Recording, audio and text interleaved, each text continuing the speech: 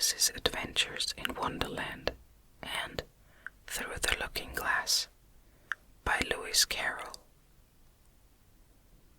Through the Looking Glass and What Alice Found There. Chapter 5. Wool and Water. She caught the shawl as she spoke and looked about for the owner. In another moment the White Queen came running wildly through the wood, with both arms stretched out wide, as if she were flying, and Alice very civilly went to meet her with the shawl. "I'm very glad I happened to be in the way," Alice said as she helped her to put on her shawl again. The White Queen only looked at her in a helpless, frightened sort of way, and kept repeating something in a whisper to herself that sounded like bread and butter, and Alice felt that if there was to be any conversation at all, she must manage it herself. So she began rather timidly. "Am I addressing the White Queen?" "Well, yes, if you call that addressing," the Queen said. "It isn't my notion of the thing at all." Alice thought it would never do to have an argument at the very beginning of their conversation, so she smiled and said, "If your Majesty will only tell me the right way to begin, I'll do it as well as I can." "But I don't want it done at all," groaned the poor Queen. "I've been addressing myself for the last 2 hours. It would have been all the better, as it seemed to Alice, if she had got someone else to dress her.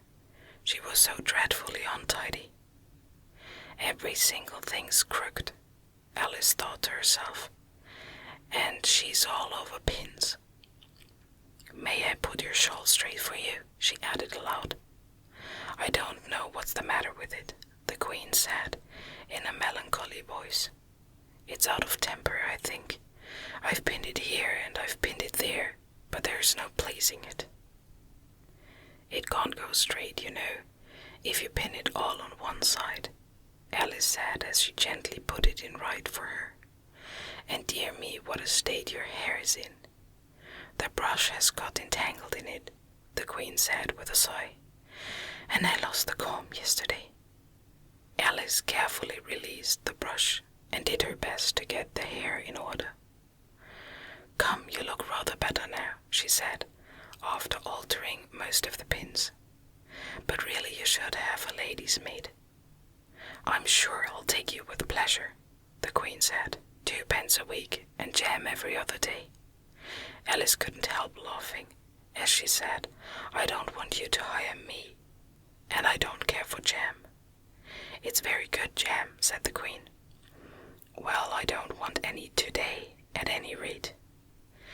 "You couldn't have it if you did want it," the Queen said. "The rule is jam tomorrow and jam yesterday, but never jam today." "It must come sometimes to jam today," Alice objected. "No, it can't," said the Queen. "It's jam every other day. Today isn't any other day, you know." "I don't understand you," said Alice. "It's dreadfully confusing."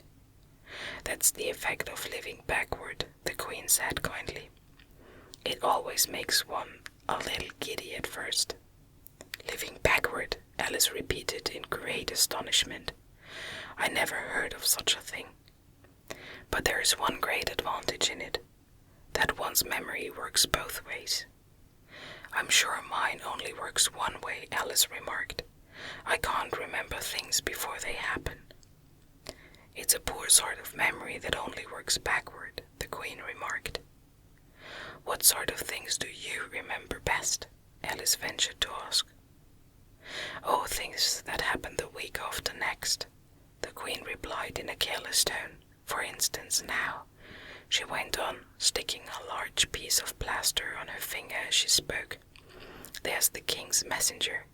He's in prison now, being punished, and the trial doesn't even begin till next Wednesday, and of course the crime comes last of all." "Suppose he never commits the crime," said Alice. "That would be all the better, wouldn't it?" the Queen said, as she bound the plaster round her finger with a bit of ribbon.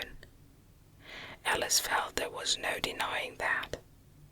Of course it would be all the better, she said, but it wouldn't be all the better his being punished. You're wrong there, at any rate, said the Queen. Were you ever punished? Only for faults, said Alice. And you were all the better for it, I know, the Queen said triumphantly. Yes, but then I had done the things I was punished for, said Alice. That makes all the difference. But if you hadn't done them, the Queen said, that would have been better still, better and better and better. Her voice went higher with each better, till it got quite to a squeak at last.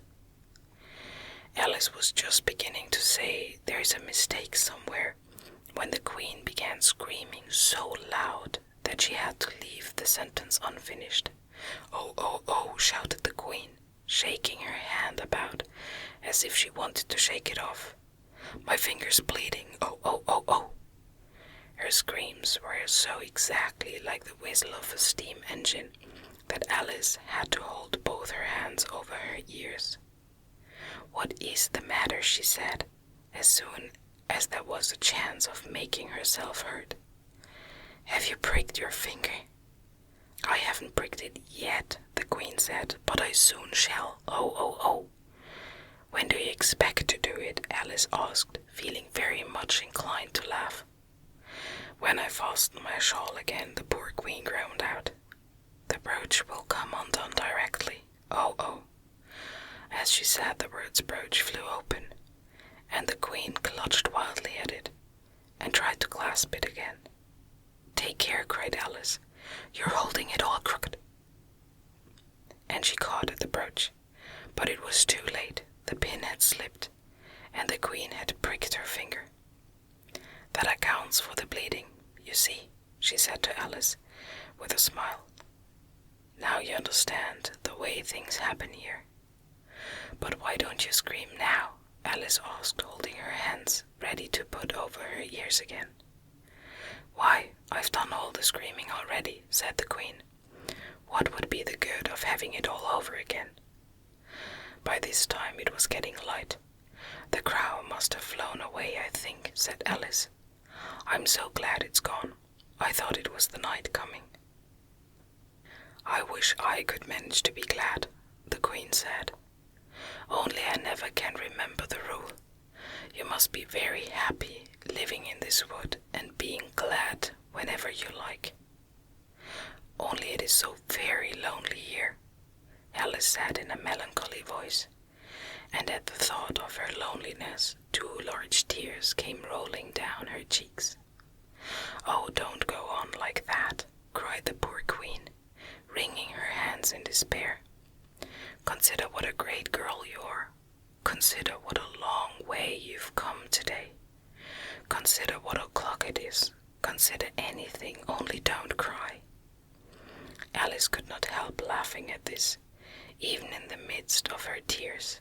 Can you keep from crying by considering things? She asked. That's the way it's done, the Queen said with great decision. Nobody can do 2 things at once, you know. Let's consider your age to begin with. How old are you? I'm 7½ exactly. You needn't say exactly, the Queen remarked. I can believe it without that. Now I'll give you something to believe. I'm just 101, 5 months and a day. I can't believe that, Alice said. Can't you? The Queen said in a pitying tone. Try again, draw a long breath, and shut your eyes. Alice laughed. There is no use trying, she said. One can't believe impossible things. I dare say you haven't had much practice, said the Queen. When I was your age, I always did it for half an hour a day. Why, sometimes I believed as many as 6 impossible things before breakfast. There goes the shawl again. The brooch had come undone as she spoke, and a sudden gust of wind blew the Queen's shawl across the little brook.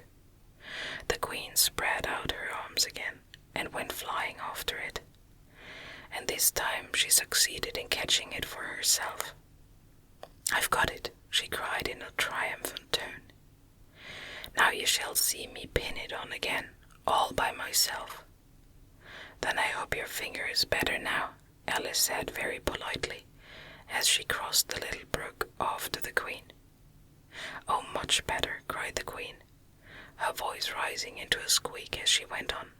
"Much better, better, better, better." The last word ended in a long bleat, so like the sheep that Alice quite started. She looked at the Queen, who seemed to have suddenly wrapped herself up in wool. Alice rubbed her eyes and looked again. She couldn't make out what had happened at all. Was she in a shop? And was it really a sheep that was sitting on the other side of the counter? Rub as she would, she could make nothing more of it, as she was in a little dark shop, leaning with her elbows on the counter, and opposite to her was an old sheep sitting in an armchair knitting, and every now and then leaving off to look at her through a great pair of spectacles. "What is it you want to buy?" the sheep said at last, looking up for a moment from her knitting. "I don't quite know yet," Alice said very gently. "I should like to look all around me first, if I might." "You may look in front of you, and on both sides if you like," said the sheep. "But you can't look all around you, unless you've got eyes in the back of your head." But these, as it happened, Alice had not got, so she contented herself with turning round, looking at the shelves as she came to them. Their shop seemed to be full of all manner of curious things, but the oldest part of it all was that whenever she looked hard at any shelf to make out exactly what it had on it, that particular shelf was always quite empty, though the others round it were crowded as full as they could hold. "Things flow about so here," she said at last, in a plaintive tone. After she had spent a minute or so in vainly pursuing a large bright thing that looked sometimes like a doll, and sometimes like a workbox, and was always on the shelf next above the one she was looking at. "And this one is the most provoking of all, but I'll tell you what," she added, as a sudden thought struck her. "I'll follow it up to the very top shelf of all. It'll puzzle it to go through the ceiling, I expect." But even this plan failed. The thing went through the ceiling as quietly as possible, as if it were quite used to it. "Are you a child or a teetotum?" the sheep said as she took up another pair of needles. "You'll make me giddy soon, if you go on turning round like that." She was now working with 14 pairs at once, and Alice couldn't help looking at her in great astonishment. "How can she knit with so many?" the puzzled child thought to herself. "She gets more and more like a porcupine every minute." "Can you row?" the sheep asked, handing her a pair of knitting needles as she spoke. "Yes, a little, but not on land and not with needles," Alice was beginning to say when suddenly the needles turned into oars in her hands, and she found they were in a little boat, gliding along between banks, so there was nothing for it but to do her best. "Feather," cried the sheep, as she took up another pair of needles. This didn't sound like a remark that needed any answer, so Alice said nothing but pulled away. There was something very queer about the water, she thought, as every now and then the oars got fast in it and would hardly come out again. "Feather, Feather," the sheep cried again, taking more needles. "You'll be catching a crab directly." "A dear little crab," thought Alice. "I should like that." "Didn't you hear me say feather?" the sheep cried angrily, taking up quite a bunch of needles. "Indeed I did," said Alice. "You've said it very often, and very loud. Please, where are the crabs?" In the water, of course, said the sheep, sticking some of the needles into her hair, as her hands were full. Feather, I say. Why do you say feather so often? Alice asked at last, rather vexed. I'm not a bird. You are, said the sheep. You're a little goose. This offended Alice a little, so there was no more conversation for a minute or two, while the boat glided gently on, sometimes among beds of weeds, which made the oars stick fast in the water worse than ever, and sometimes on the trees, but always with the same tall river banks frowning over their heads. Oh, please, there are some scented rushes, Alice cried in a sudden transport of delight. There really are, and such beauties. You needn't say please to me about them, the sheep said, without looking up from her knitting. I didn't put them there, and I'm not going to take them away. No, but I meant, please, may we wait and pick some, Alice pleaded, if you don't mind stopping the boat for a minute. How am I to stop it? Said the sheep. If you leave off rowing, it'll stop of itself. So the boat was left to drift down the stream as it would, till it glided gently in among the waving rushes. And then the little sleeves were carefully rolled up, and the little arms were plunged in elbow deep to get hold of the rushes a good long way down before breaking them off. And for a while Alice forgot all about the sheep and the knitting as she bent over the side of the boat, with just the ends of her tangled hair dipping into the water, while with bright, eager eyes she caught at one bunch after another of the darling scented rushes. I only hope the boat won't tipple over, she said to herself. Oh, what a lovely one! Only I couldn't quite reach it, and it certainly did seem a little provoking, almost as if it happened on purpose, she thought, that though she managed to pick plenty of beautiful rushes as the boat glided by, there was always more lovely one that she couldn't reach. The prettiest are always further, she said at last with a sigh at the obstinacy of the rushes in growing so far off, as with flushed cheeks and dripping hair and hands, she scrambled back into her place and began to rearrange her new-found treasures. What mattered it to her just then that the rushes had begun to fade and to lose all their scent and beauty from the very moment that she picked them? Even real scented rushes, you know, last only a very little while, and these being dream rushes melted away almost like snow as they lay in heaps at her feet. But Alice hardly noticed this. There were so many other curious things to think about. They hadn't gone much farther before the blade of one of the oars got fast in the water and wouldn't come out again, so Alice explained it afterward. And the consequence was that the handle of it caught her under the chin, and in spite of a series of little shrieks of "oh, oh, oh" from poor Alice, it swept her straight off the seat and down among the heap of rushes. However, she wasn't a bit hurt and was soon up again. The sheep went on with her knitting all the while, just as if nothing had happened. That was a nice crab you caught, she remarked, as Alice got back into her place, very much relieved to find herself still in the boat. Was it? I didn't see it, said Alice, peeping cautiously over the side of the boat into the dark water. I wish it hadn't let go. I should so like a little crab to take home with me. But the sheep only laughed scornfully and went on with her knitting. Are there many crabs here? Said Alice. Crabs and all sorts of things, said the sheep. Plenty of choice, only make up your mind. Now what do you want to buy? To buy? Alice echoed in a tone that was half astonished and half frightened, for the oars and the boat and the river had vanished all in a moment, and she was back again in the little dark shop. I should like to buy an egg, please,